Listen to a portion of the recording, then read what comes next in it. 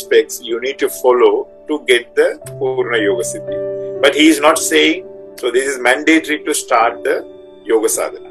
So if you follow these things, you will get the Yoga Siddhi quickly. So if you are not doing, your progress may be slow. Last class we discussed about that.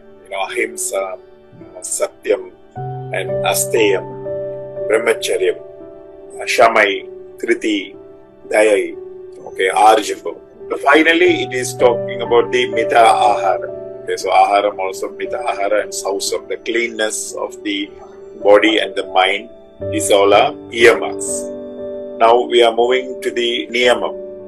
First is Tapas, then the Santosham, and Astikeyam, and Dhanam, Ishvara Pujanam, and Siddhanta Siravanam, and Lajjai, and Mati, Japa, Vrata. So the first one, Tapas. So Tapas means putting our mind and the body into the particular objective and working, channeling our energy toward the objective. So in this aspect, we are putting our body and prana to achieve the samadhi in the context of yoga. So wherever you are channeling your mind and the prana and the body energies, right, toward the objective, it calls tapas. In the yogic context, we are trying to achieve the samadhi. So here the meaning is, all our efforts, the sadhanas. Every day we are following the schedule and doing asanas and the japa and the dhyana. All our practices are called as tapas. And also the following the particular order. For example, so we are deciding every day 108 Gayatri Japa and a particular time, and we are following it consistently for a long period. It also tapas. So that's the idea. You have to fix your objective and do a commitment, and with the faith you are doing consistently without any break. Okay, so whatever you are doing in this way become a tapas. Only the objective may change, maybe a yogic objective or it may be a physical objective. But whatever you are putting the effort like this, all as a tapas. And the sandosham means, generally it can be translated as a happiness. But actually what it means here, sandosham means you must be happy mindset, without any agitation inside. Stopping your wavering attitude inside in the chitta. Whatever you are having, right, you are starting your practice and focusing the practice, not to blame or not to have a conflict inside. Okay, so that's called as a santosham. And the next is astikeyam. So it's the belief. Okay, believe. It's not actually believing blindly. So authentic, authorized, discriminative knowledge. So you are believing with the authentic and authorized knowledge which came from the authorized text or the Guru Parampara. So the believing or trusting the words of the text and the Guru is very important in the Yoga Sadhana. Otherwise, you don't go in the correct path because it's like we are dealing with the subjective world. So there is no clear demarcations inside the mind. Okay, so we are going to work with the prana and the mind which are not clear to our senses. So it's always we have to believe the text. For example, if you are practicing the Hatha Yoga, then so you have to take the Hatha Yoga Pradipika and understand each and every sloka what he says.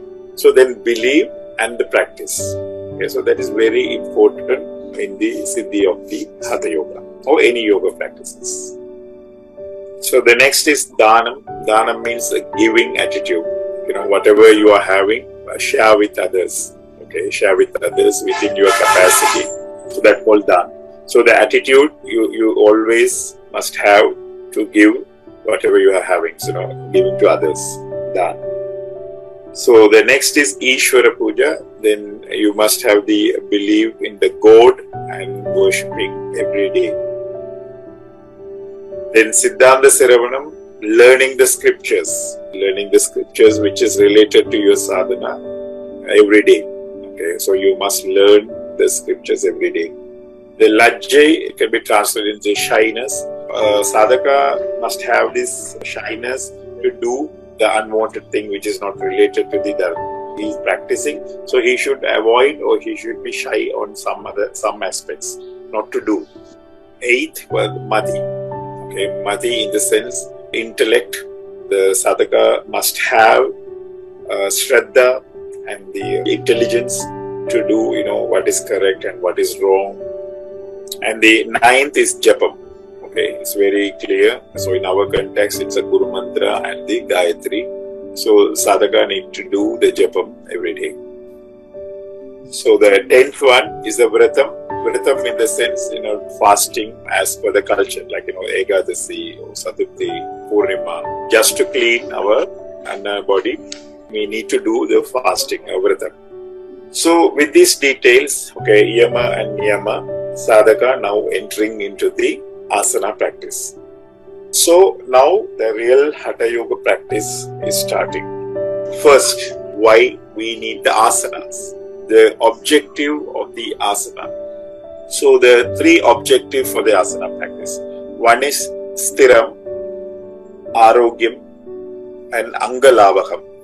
Stiram in the sense getting the steadiness in the body to ready to practice the pranayama, breathing, steadiness in the body and the breathing, and finally, so we will get the steadiness in the mind also.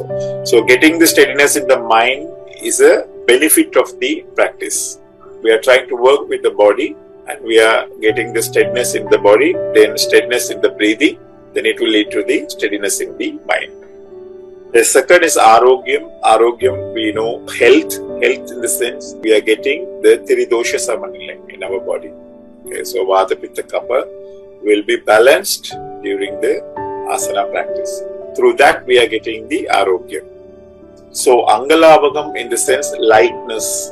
Okay, so our body become lightness because of the removal of the malas, three malas, mala and the urine and the sweat. So that will give the Angalavagam, the lightness in the body.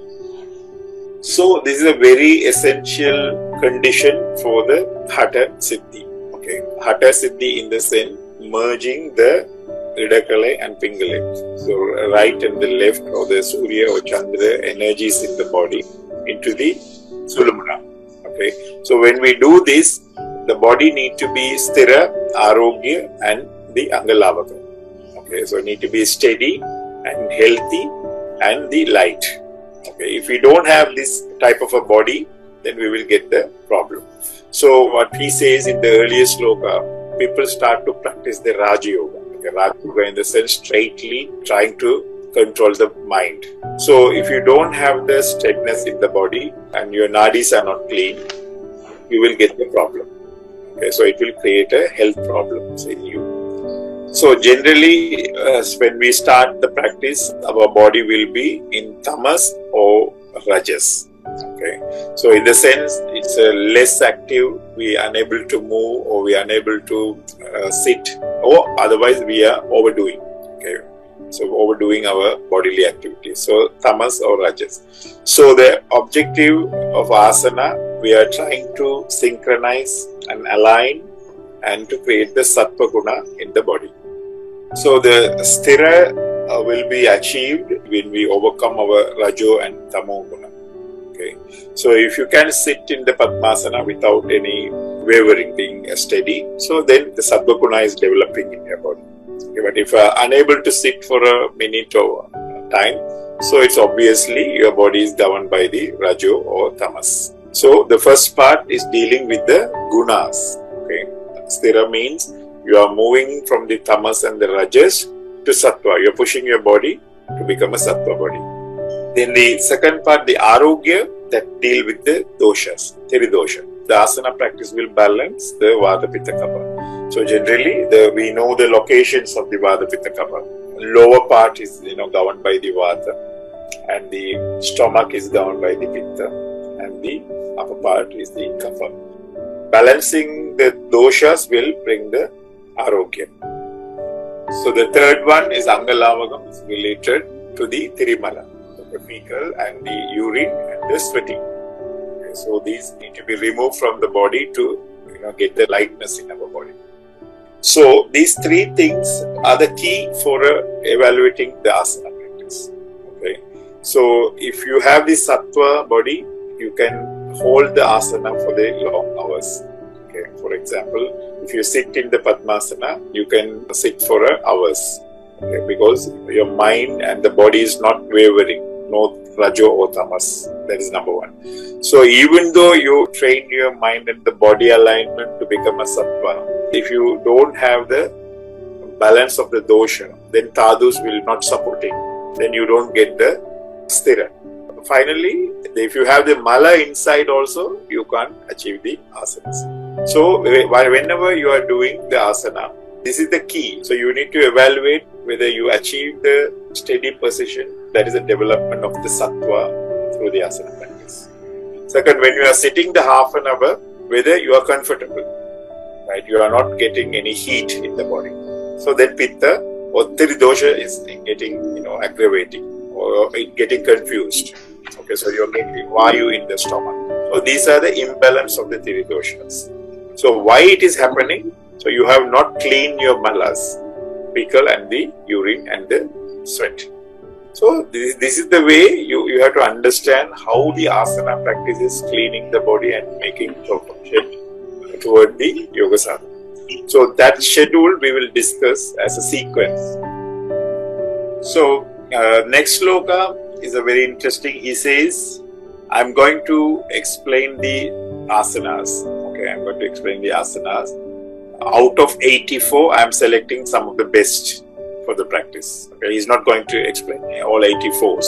I'm going to select some of the asanas which are practiced by the Vasishtha and the Machendranatha. So he take two rishis. One is the Vasishtha and the Machendranatha. So that has some meaning because the Vasishtha belong to the school of mind, like a Patanjali, Yoga Vasishtha. So we know he gave a very big work regarding the mind and all the things. So he's a school like a Patanjali. He deal with the mind, but still they also had a asana for their yoga practices. Machendranatha is Nada Sampradaya Yogi. They purely practice the Hatha Yoga Vidya. So they started with the body and the prana aspect. But the Vasishtha is the mind and the prana aspect. So what is the idea? So the yoga means it's a triangle, the mind, body and the prana merging into the center called soul or the Atma or consciousness. So always you need to work with the two things minimum. Okay. So you can start with body and the prana and go inside, or otherwise mind and the prana inside. Okay. The Vasishtha and Patanjali are talking more about the mind and the prana aspect. But the Machendranatha, Gorakshanatha and the Nada Sampradaya yogis are dealing with the body and the prana. Okay. So don't touch the mind in the first point. So that's the idea of the Hatha Yoga, because the touching the mind is a difficult part. Sometimes we can have a problem. So with that, now we are starting the Swastik Asana. He is telling altogether 15 asanas. So it is out of 84 and he assured so this will give the three benefits: Sthira, Arogya and Angalavakam for the practice of Hatha Yoga. Okay. So the next class we will start the sequence of the asana. The idea is not to discuss each and every asana how to do, but understanding the sequence, why it is important, okay, why he is starting with the Swastikasana and going, and after that ending with the Bhadrasana and Padmasana and Siddhasana. Okay, so why he is mentioning the particular sequence. So that have a very important message, which is very essential for your practice. Okay, so otherwise it won't connect your practice with the prana and all these things, according to our objective. So next class we will discuss about all the asanas and their sequence and why it is important, and then some of the meanings like esoteric meanings and how it is related to the nadis and the prana and the Tiridosha. This also you can connect those with your practice.